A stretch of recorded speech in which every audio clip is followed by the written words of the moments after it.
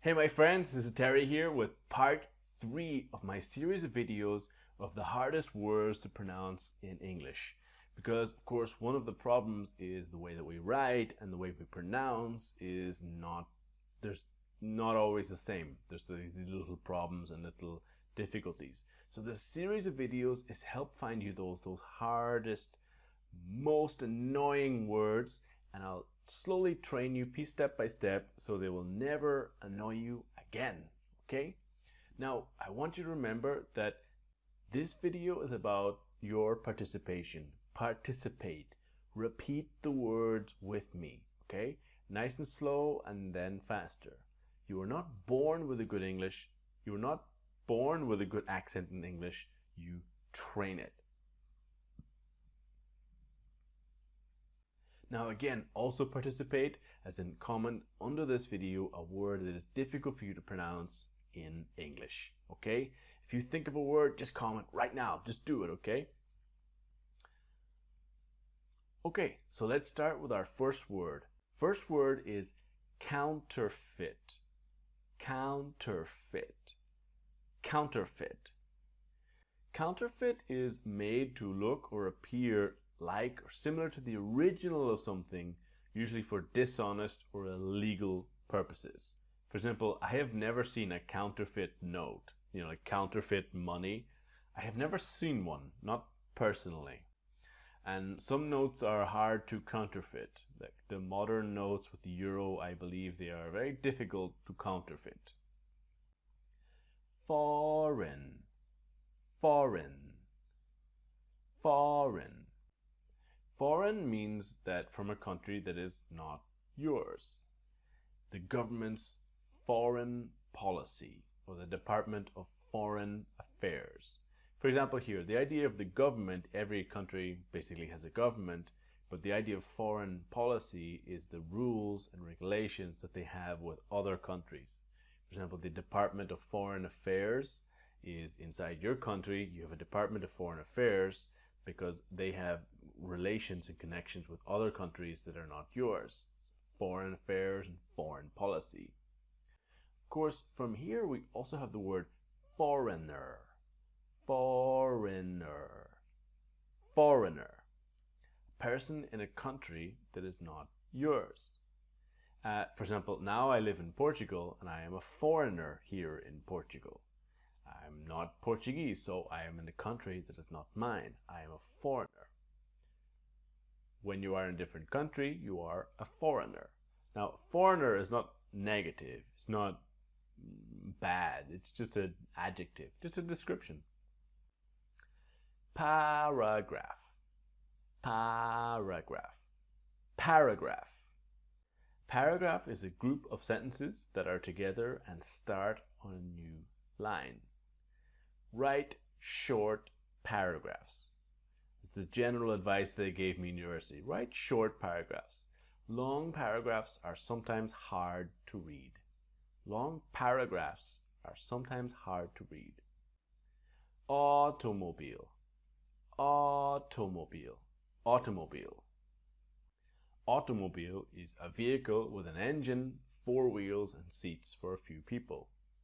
The future is electric automobiles. I think that in 50, 20, 25 years, I don't know how many years, we will see a lot more electric automobiles on the road and in our cities.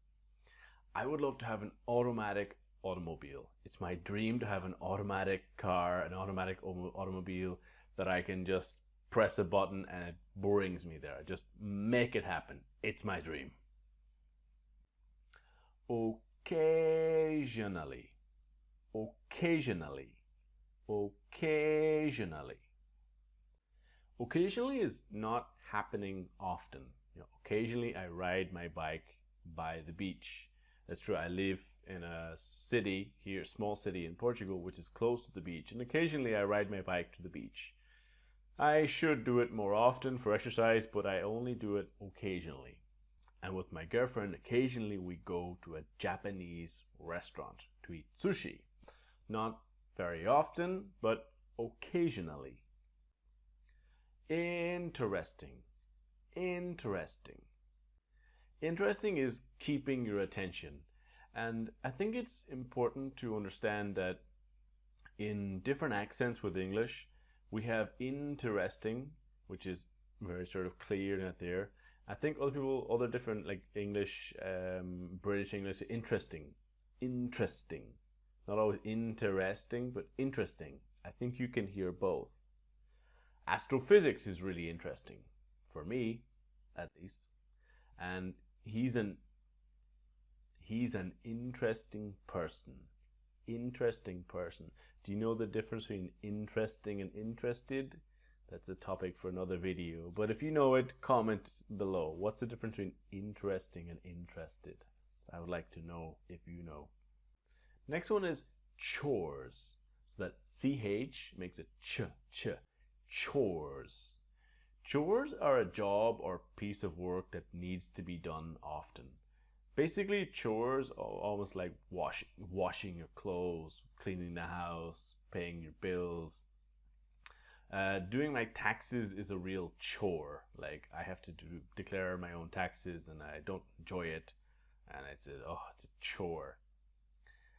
Like a lot of the way we use this word is with children. You can say that they have a lot of chores, as in the children or have a lot of things to do that are cleaning or housework. Issue. Issue is an important subject or problem that people are talking about. Brexit is the big issue these days because it's difficult to read a newspaper online and not see something about Brexit, because right now in April, this is April 8th, they still have not decided what they're going to do. So everybody's talking about it. It's the big issue. Homelessness is an important issue where in my country of Ireland, there's a big home rental crisis. A lot of people are losing their homes, also happening in Portugal. So homelessness, to be homeless is to not have a place to live. And the noun is homelessness, and it's a very important issue. Edinburgh. Edinburgh is a city in Scotland. And if Farida asked me in her email, she wrote an email to me because she's on my email list. And if you are on my email list, you receive all the lessons directly to your email. You don't miss anything. And it's a city in Scotland. Edinburgh is a really nice city. I have been there one time. I would like to go back. People are very friendly in Edinburgh. People are very friendly in Edinburgh. So I know it's a little bit difficult to read it. Edinburgh. Borough. Consequences. Consequences. Consequences. The result of an action, usually a bad result. There will be serious consequences about this.